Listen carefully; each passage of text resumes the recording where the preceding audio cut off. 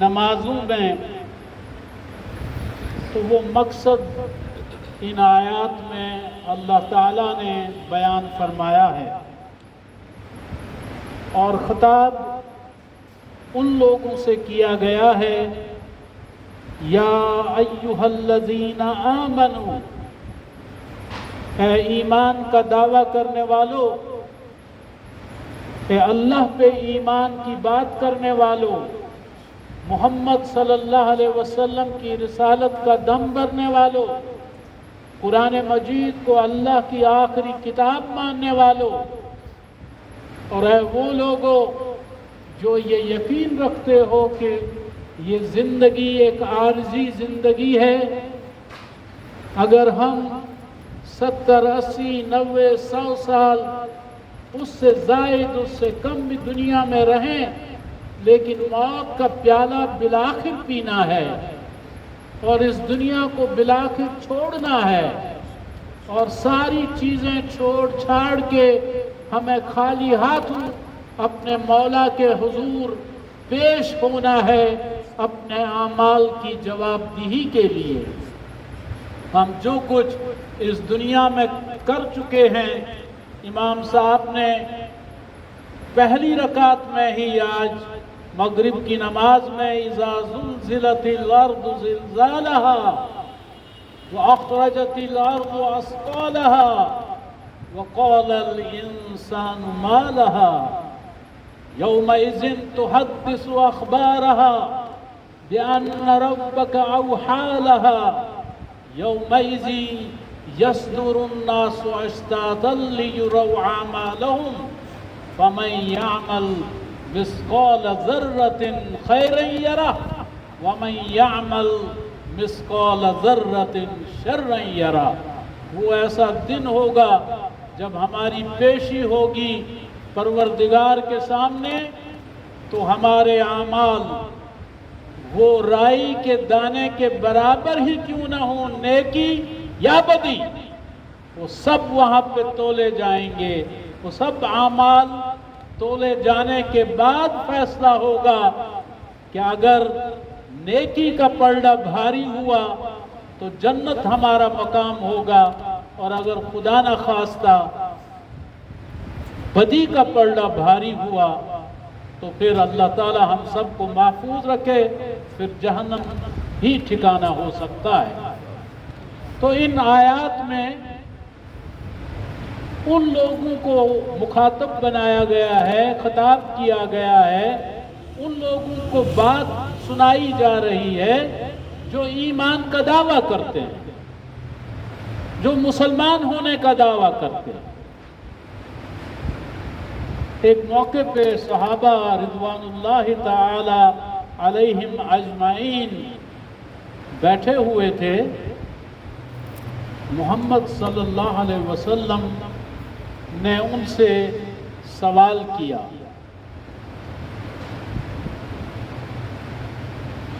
اَيُّ الْخَلْقِ أَعْجَبُ إِلَيْكُمْ إِيمَانًا۔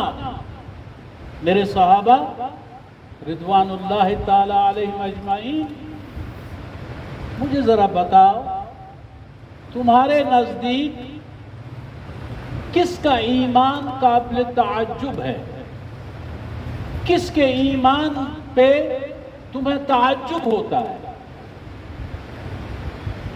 اچنبھا ہوتا ہے، تم حیران ہوتے ہو تم کہ انہوں نے کیسے ایمان لایا؟ تو صحابہ نے کہا، قول الملائکہ، صحابہ نے کہا ہمیں فرشتوں کے ایمان پہ تعجب ہوتا ہے کہ وہ کیسے ایمان لائے۔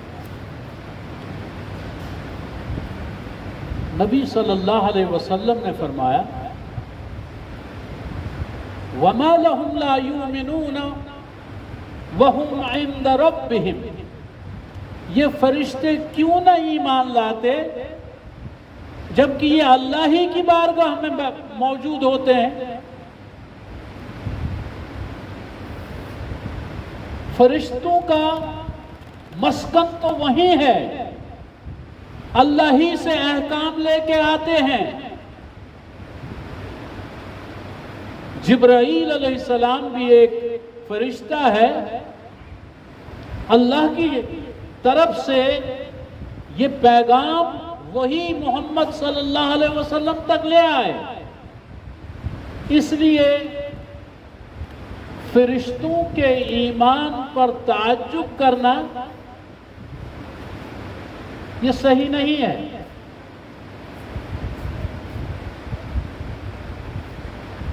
تو انہوں نے کہا فالنبیون، پھر ہمیں انبیاء علیہ السلام کے ایمان پہ تعجب ہوتا ہے کہ پیغمبروں نے کیسے ایمان لایا اللہ پہ، آخرت پہ، فرشتوں پہ۔ تو نبی صلی اللہ علیہ وسلم نے فرمایا وَمَا لَهُمْ لَا يُؤْمِنُونَ وَالْوَحْيُ يَنزِلُ عَلَيْهِمْ، یہ پیغمبر کیوں نہیں ایمان لاتے جبکہ اللہ تعالیٰ کی طرف سے فرشتے پیغام لے کر ان کے پاس آتے تھے۔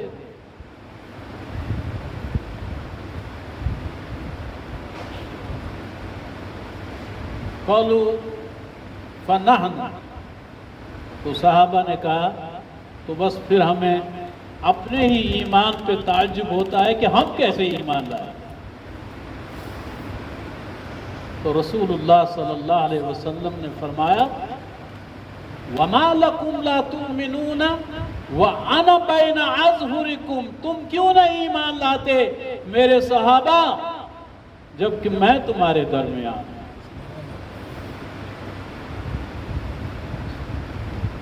جس کے پاس اللہ کا فرشتہ اللہ کا پیغام لے کے آتا ہے، میں جس نے تم سے کہا کہ اللہ نے مجھے بلایا ہے عرش پہ معراج کے موقع،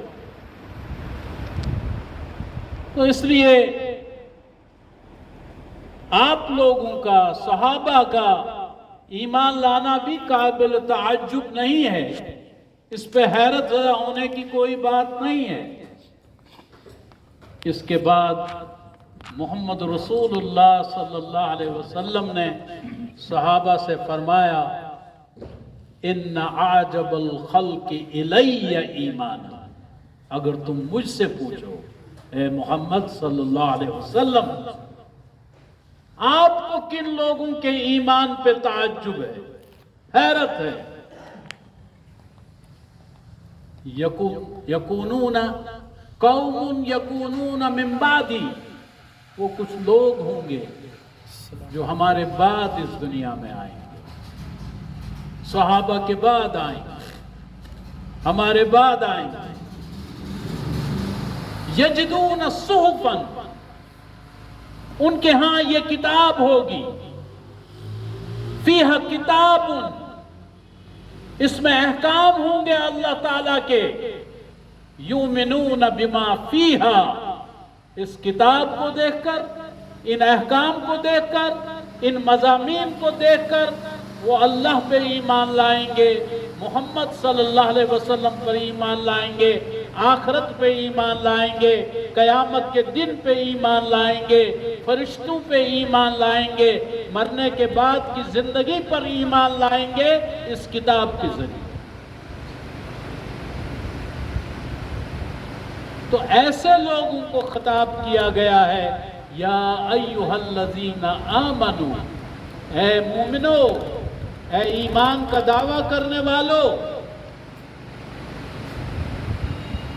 یا ایھا الذین آمنوا ارکعوا، رکوع کیا کرو، واسجدوا، سجدے کیا کرو، واعبدوا ربکم، اپنے پالنہار پروردگار رب اس کی غلامی، اس کی بندگی، اس کی عبادت کیا کرو، وافعلوا الخیر، نیک کام کیا کرو، لعلکم تفلحون، اگر تم چاہتے ہو کہ تم فلاح یاب ہو جائے، دنیا اور آخرت میں کامیاب ہو جائے، راستہ یہی ہے، ارکعوا واسجدوا واعبدوا ربکم وافعلوا الخیر۔ اب یہاں پہ رکوع کی بات آئی ہے، سجدے کی بات آئی ہے، عبادت کی بات آئی ہے، نیک کام کرنے کی بات آئی ہے۔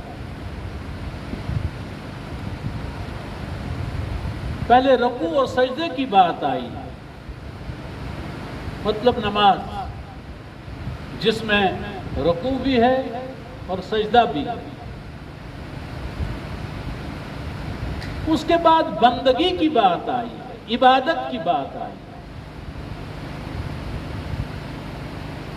تو عبادت تو رکوع اور سجدے میں آ گیا تھا، نماز عبادت ہے، لیکن اللہ تعالی ہمیں یہ سمجھانا چاہتا ہے کہ چند افعال کو، چند اعمال کو آپ عبادت کا نام نہیں دے سکتے کہ بس ہم نے یہ کر دیا تو عبادت کا حق ہم نے ادا کر دیا۔ رسول اللہ صلی اللہ علیہ وسلم اپنی نمازوں میں ایک دعا خاص طور پر مانگا کرتے تھے۔ آپ فرمایا کرتے تھے سبحانک ما عبدناک حق عبادتک، اے اللہ جس طرح مجھے چاہیے تھا تیری بندگی کرنا مجھ سے نہیں ہو سکا۔ سبحانک ما عرفناک حق معرفتک، اے اللہ جس طرح مجھے چاہیے تھا تجھے پہچاننا میں پہچان نہیں سکا۔ حالانکہ محمد صلی اللہ علیہ وسلم سے بڑھ کر اللہ کو پہچاننے والا کوئی نہیں، محمد صلی اللہ علیہ وسلم سے بڑھ کر اللہ کی عبادت کرنے والا کوئی نہیں، لیکن اس کے باوجود آپ صلی اللہ علیہ وسلم اللہ کے سامنے عجز و انکساری کے ساتھ یہ کہا کرتے تھے کہ مجھ سے بندگی کا حق ادا نہیں ہو سکا۔ اور ہمارا یہ حال ہے کہ چند رکعت ادا کرنے کے بعد ہی ہم یہ سمجھتے ہیں کہ عبادت کا حق ہم نے ادا کر دیا۔ نماز عبادت ہے، روزہ عبادت ہے، زکوٰۃ عبادت ہے، حج عبادت ہے، لیکن نبی صلی اللہ علیہ وسلم نے، صحابہ موجود تھے، دیکھیں ہماری تربیت کے لیے، ہماری تعلیم کے لیے کبھی تو صحابہ رضوان اللہ تعالی علیہم اجمعین نے حضور صلی اللہ علیہ وسلم سے سوالات کیے اور اس کے نتیجے میں کوئی جواب دیا رسول اللہ صلی اللہ علیہ وسلم نے، اور دین ہم پر واضح ہو گیا اس سوال جواب کے نتیجے میں۔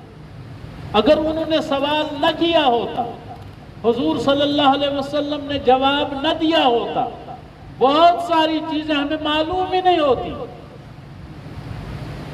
مثال کے طور پہ اس مجلس میں نبی صلی اللہ علیہ وسلم نے سوال کیا، اپنے صحابہ سے سوال کیا، اتدرون من المفلس،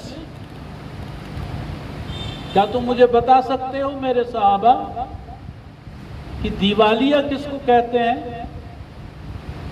کس کے بارے میں کہتے ہیں کہ وہ دیوالیہ ہو گیا؟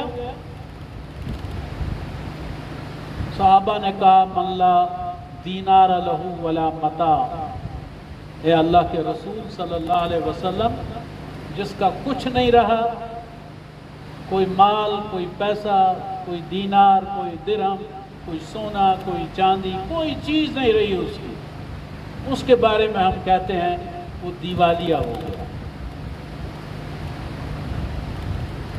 آپ صلی اللہ علیہ وسلم نے فرمایا ان المفلس من امتی، میں تم کو بتاتا ہوں کہ میری امت کا دیوالیہ کون، میری امت کا مفلس کون ہے، میری امت کا وہ شخص کون ہے جس کا کچھ نہیں بچا۔ من یاتی یوم القیامت بالصلاۃ والصیام والزکات، یہ وہ شخص ہے جس کے نام اعمال میں نماز بھی ہے، روزہ بھی ہے، زکوٰۃ بھی ہے، صدقات بھی ہیں، ساری چیزیں ہیں۔ وَيَأْتِي قَدْ شَتَمَ هَذَا، لیکن یہ کسی بندے کو گالی دے کر آیا ہے۔ وَقَذَفَ هَذَا، کسی پر جھوٹا الزام لگا کے آیا ہے۔ کسی کی بہو بیٹی خراب نہیں تھی، اس نے کہا میں نے اپنی آنکھوں سے اس کو ہمسایہ لڑکے کے ساتھ دیکھا۔ وَقَذَفَ هَذَا، جھوٹا الزام لگایا، بہتان لگایا۔ وَأَكَلَ مَالَ هَذَا، کسی کا مال کھایا۔ وَسَفَكَ دَمَّ هَذَا، کسی کا خون بہایا۔ وَضَرَبَ هَذَا، کسی کو بلا وجہ مارا پیٹا۔ میں بڑا آدمی ہوں، میں بڑا وڈیرا ہوں، بڑا چودھری ہوں، اس لیے مجھ سے کون پوچھ سکتا ہے؟ جو میرے جی میں آئے گا کروں گا۔ کسی کی عزت لوٹنی ہو، کسی کا گھر لوٹنا ہو، کسی کا مال چھیننا ہو، کسی کی مار پیٹ کرنی ہو۔ دنیا میں تو اس نے یہ سب کچھ کیا، نماز بھی پڑھی، روزہ بھی رکھا، زکوٰۃ بھی دی، قتل بھی کیا، جھوٹا الزام بھی لگایا، کسی کا مال بھی ہڑپ کیا، بہو کے گہنے بھی کھا گیا۔ فَيُؤْتَى هَذَا مِنْ حَسَنَاتِهِ وَهَذَا مِنْ حَسَنَاتِهِ، قیامت کے دن اس کا ایک ایک نیک عمل ان لوگوں میں تقسیم ہوگا جن پر اس نے جھوٹا الزام لگایا، جن کا مال اس نے کھایا، کسی بندے کو قتل کیا۔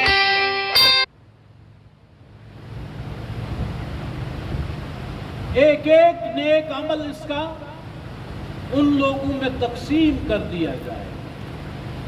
فَإِن فَنِيَتْ حَسَنَاتُهُ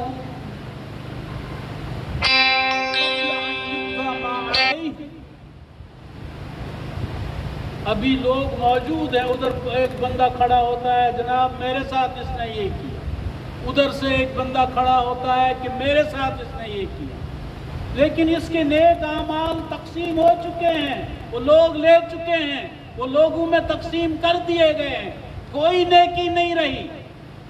اُخِذَ مِنْ خَطَایَاهُمْ، اب ان لوگوں کے گناہ اٹھائے جائیں گے۔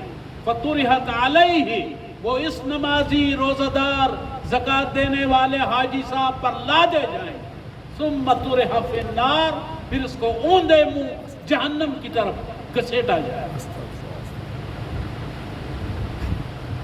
تو نیک اعمال، نیکی، عبادت، جہاں نماز ہے، روزہ ہے، زکوٰۃ ہے، حج ہے، صدقات ہیں، خیرات ہیں، وہیں ماں باپ کے ساتھ حسن سلوک بھی نیکی ہے، بیوی بچوں کے ساتھ ٹھیک معاملات بھی نیکی ہے، ہمسایوں کے ساتھ نیک برتاؤ بھی نیکی ہے، وہاں لین دین میں ٹھیک معاملہ کرنا یہ بھی نیکی ہے، عدل و انصاف کے تقاضے پورے کرنا یہ بھی نیکی ہے۔ غرض یہ 30 پارے جو ہیں اور محمد رسول اللہ صلی اللہ علیہ وسلم کی لاکھوں احادیث، اس میں بتایا گیا ہے نیکی کیا ہے، بدی کیا ہے، حلال کیا ہے، حرام کیا ہے، جائز کیا ہے، ناجائز کیا ہے۔ اور اللہ تعالیٰ نے ہمیں حکم دیا، یا ایھا الذین آمنوا ارکعوا، اے مومنو، ایمان کا دعویٰ کرنے والو، رکوع کرو، واسجدوا، سجدہ کرو، رکوع سجدہ نماز پڑھو، واعبدوا ربکم، اور عبادت کرو اپنے رب کی۔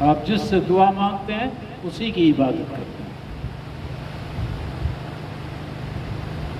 اس لیے دعا کو مخصوص کیجئے اللہ کے ساتھ۔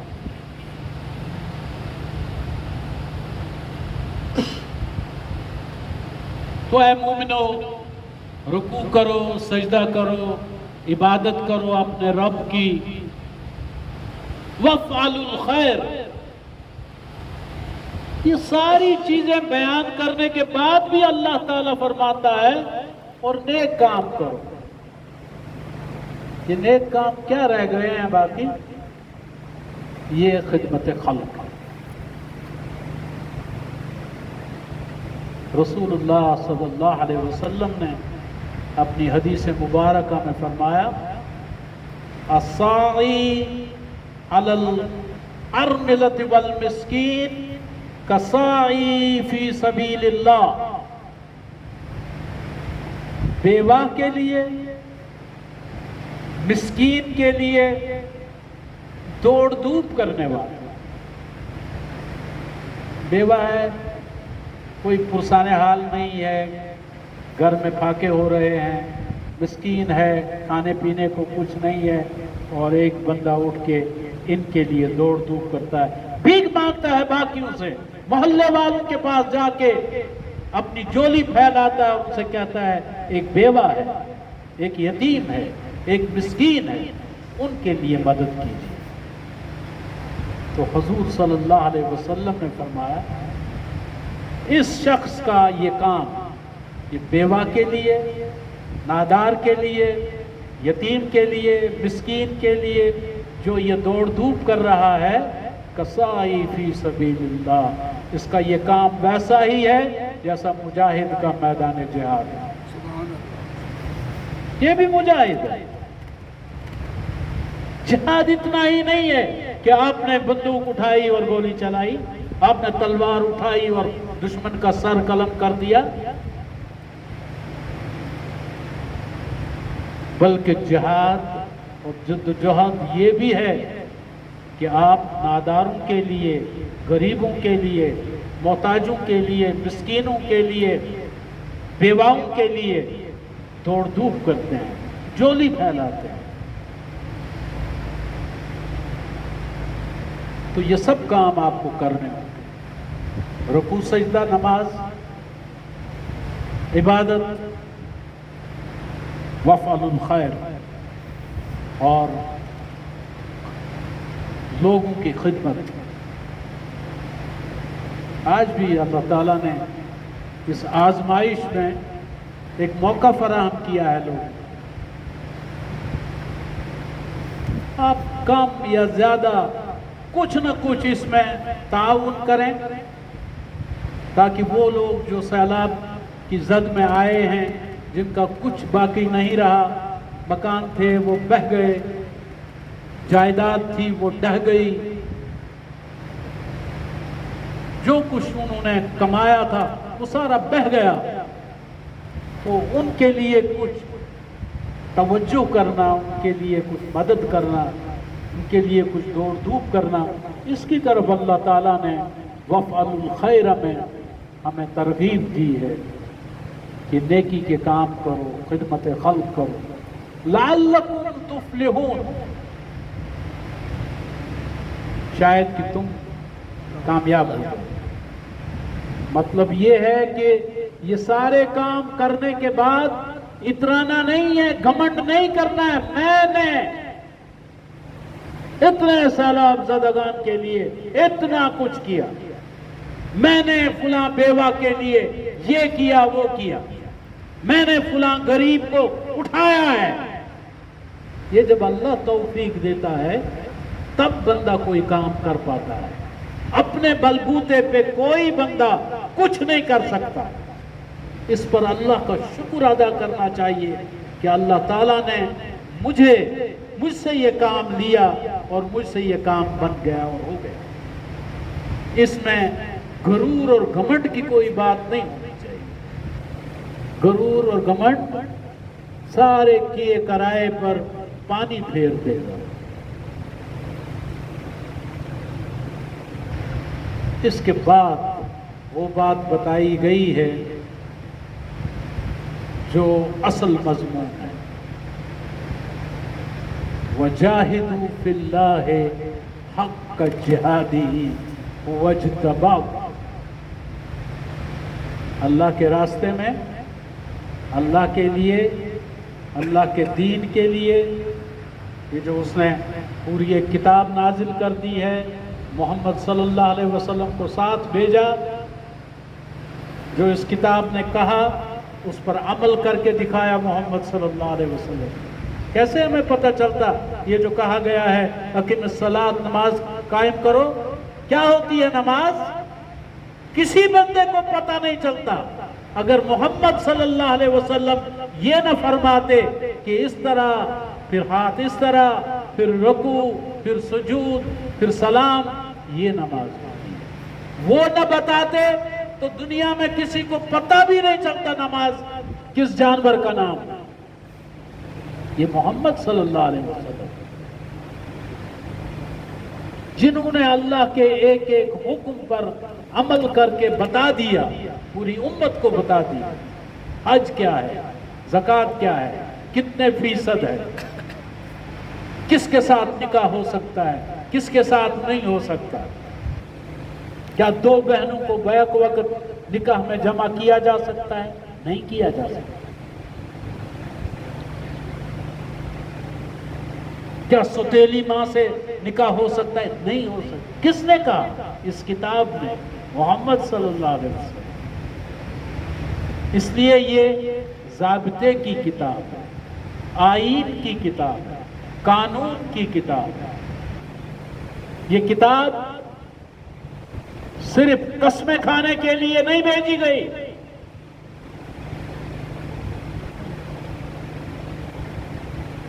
بلکہ یہ کتاب اللہ تعالیٰ نے اس غرض کے لیے بھیجی، اس میں جو قانون ہے وہ ملک کا قانون بن جائے، اس میں جو حلال بیان کیا ہے وہ حلال قرار پائے، اس میں جس چیزوں کو حرام قرار دیا گیا ہے وہ حرام ٹھہرے، اس میں جو کرنے کے کام بتائے گئے ہیں وہ کیے جائیں۔ اس میں سورہ نور میں لکھا ہے وَالسَّارِقُ وَالسَّارِقَةُ فَاقْطَعُوا أَيْدِيَهُمَا، چور مرد ہو یا عورت اس کے ہاتھ کاٹ دیے جائیں۔ ہم پڑھتے ہیں چور مرد ہو یا عورت اس کے ہاتھ کاٹ دیے جائیں، چور مرد ہو یا عورت اس کے ہاتھ کاٹ، یہ پڑھنے کے لیے یا یہ کرنے کے لیے؟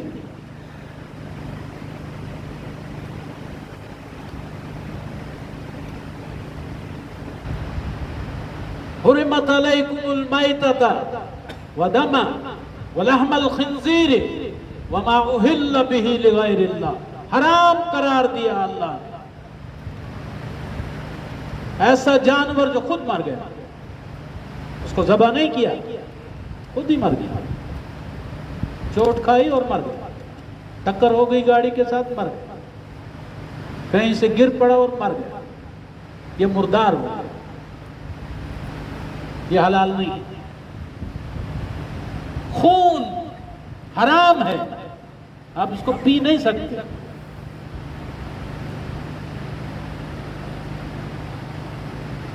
لحم الخنزیر، بد جانور، سور کا گوشت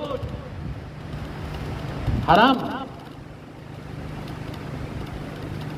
اللہ کے سوا کسی اور کے نام پہ کوئی چیز اگر منسوب کی جائے وہ بھی جائز نہیں۔ یہ ساری چیزیں اللہ تعالیٰ نے اس کتاب میں بیان کی ہیں اور حکم دیا ہے وَجَاهِدُوا فِي اللَّهِ حَقَّ جِهَادِهِ۔ یہاں پہ جہاد سے مطلب تلوار ہاتھ میں لے کے کافروں کی گردنیں مارنا نہیں، اس کو قتال کہتے ہیں۔ یہ جہاد جو ہے یہ جد و جہد سے ماخوذ ہے۔ آپ کے مقابل کچھ قوتیں ایسی ہیں جو نہیں چاہتی کہ اسلامی نظام قائم ہو، ان کے مقابلے میں آپ کو جد و جہد کرنی ہے کہ یہ اسلامی نظام قائم ہونا چاہیے، کیونکہ یہ اللہ کا حکم ہے۔ اللہ کا حلال حلال ہونا چاہیے، اللہ کا بتایا ہوا حرام حرام ہونا چاہیے، جو اس نے جائز کہا وہ جائز ہونا چاہیے، جو اس نے ناجائز قرار دیا اس کو ناجائز قرار دیا جانا چاہیے۔ یہ ہے ہمارے کرنے کا کام۔ وَجَاهِدُوا فِي اللَّهِ حَقَّ جِهَادِهِ۔ کیوں ہے یہ ہمارے کرنے کا کام؟ هُوَ اجْتَبَاكُمْ، کیونکہ اللہ تعالیٰ نے آپ لوگوں کو اسی کام کے لیے چن لیا۔ یہ میں آپ کی یہ ذمہ داری نہیں لگا رہا ہوں۔ هُوَ اجْتَبَاكُمْ، کسی بھی مولوی سے پوچھئے کہ هُوَ اجْتَبَاكُمْ کا مطلب کیا ہے۔ هُوَ اجْتَبَاكُمْ، اس نے تمہیں اس کام کے لیے چن لیا ہے کہ تم اللہ کی راہ میں ایسی جد جہد کرو کہ جد جہد کا حق ادا ہو جائے، اللہ کا دین غالب ہو جائے۔ جب محمد صلی اللہ علیہ وسلم نے یہ جد جہد کی، مکہ کے 13 سال بھی یہ جد جہد کرتے رہے، دشمنوں نے کیا کچھ نہیں کیا آپ کو اس چیز سے باز رکھنے کے لیے، مگر آپ باز نہیں آئے۔ انہوں نے یہ تک کہا ہم آپ کو اپنا سربراہ مانتے ہیں، حکمران تسلیم کرتے ہیں، لیکن یہ لا الہ الا اللہ والی بات جو ہے اس سے آپ باز آ جائیں۔ تو آپ کے رشتہ داروں نے جب آپ سے یہ کہا، ابو طالب نے جب یہ عبد المطلب نے جب کہا، ابو طالب نے جب کہا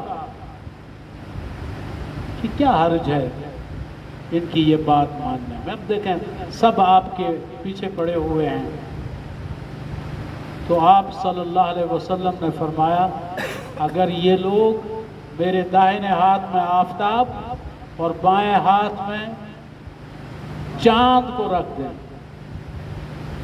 ایک ہاتھ میں سورج دوسرے ہاتھ میں میرے چاند رکھ دیں، اور یہ چاہیں کہ میں اس کام سے باز آ جاؤں، تو میں اللہ کو گواہ ٹھہرا کر کہتا ہوں میری جان جائے گی مگر میں اس کام سے باز نہیں آؤں، کیونکہ یہ اللہ کے دین کا کام۔ وَجَاهِدُوا فِي اللَّهِ حَقَّ جِهَادِهِ، اللہ تعالیٰ کے اس دین کو غالب کرنے کے لیے جدوجہد کرو، اور ایسی جدوجہد کرو کہ جدوجہد کا حق ادا ہو جائے۔ وَاجْتَبَاكُمْ، اس اللہ نے تمہیں اسی کام کے لیے منتخب کیا ہے، چنا ہے۔ وَمَا جَعَلَ عَلَيْكُمْ فِي الدِّينِ مِنْ حَرَجٍ، اور جس دین کو قائم کرنے کی ذمہ داری آپ پر عائد کی گئی ہے اس میں کوئی تنگی نہیں رکھی ہے اللہ تعالیٰ نے۔ آپ کو پانی نہیں مل رہا تیمم سے کام لیجیے، آپ نے سحری پہ جاگنا تھا، سحری کھانی تھی، پھر روزہ رکھنا تھا، صبح آپ جاگ ہی نہیں سکے، کوئی بات نہیں، اللہ کا نام لے کر آپ بغیر سحری کے ہی روزے کی نیت کر لیں، کوئی تنگی نہیں رکھی اللہ نے۔ آپ روزہ دار تھے، آپ بھول گئے کہ میں روزے سے ہوں، اور آپ نے پانی کا گلاس یا دودھ کا گلاس اٹھایا اور گرپ آپ نے پی لیا، اس کو بے خیالی میں چھوٹ دے دی اللہ نے، کوئی مسئلہ نہیں۔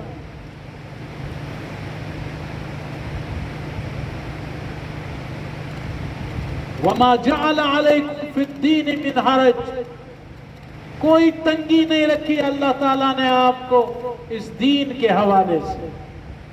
تو ہی ناداں چند کلیوں پر قناعت کر گیا، ورنہ گلشن میں علاج تنگی داماں بھی ہے۔ اس پورے دین میں آسانی ہے، الدین یسر، نبی صلی اللہ علیہ وسلم نے فرمایا ہمارا دین اللہ تعالیٰ نے بہت آسان بنایا، مشکل نہیں ہے، یہ آسان۔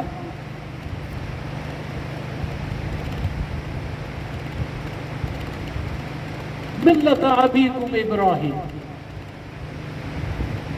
آپ اپنے باپ ابراہیم کی ملت سے، وہ اکیلا تھا۔ ان ابراہیم کان امۃ قانتا للہ حنیفا، وہ بندہ ایک تھا لیکن کام اس نے اتنا کیا جتنا ایک امت کر سکتی۔ باپ کو اس نے دیکھا اللہ کے راستے سے ہٹا ہوا، اپنے باپ کو تبلیغ کی۔ اپنی قوم کو دیکھا کہ وہ بتوں کی پرستش کرتی، اس نے قوم کو سمجھا۔ وقت کا حکمران نمرود، وہ خود کو رب کہتا تھا، خود کو خدا کہلا رہا۔ ابراہیم علیہ السلام نے اس سے ٹکر دی، ایک خدا کے نام پر وہ گھر سے، قوم سے، حکمران سے، لوگوں سے، ہر ایک سے جا ملا، ہر ایک سے جا کے ٹکرایا، اور پھر کہا انی وجہت وجہی للذی فطر السماوات والارض حنیفا وما کان من المشرکین وما انا من المشرکین۔ میں نے اپنا رخ ہر طرف سے موڑ کے اللہ کی طرف کر دیا، اور میں مشرکوں میں سے نہیں۔ آگ کے الاؤ میں اس کو پھینکا گیا،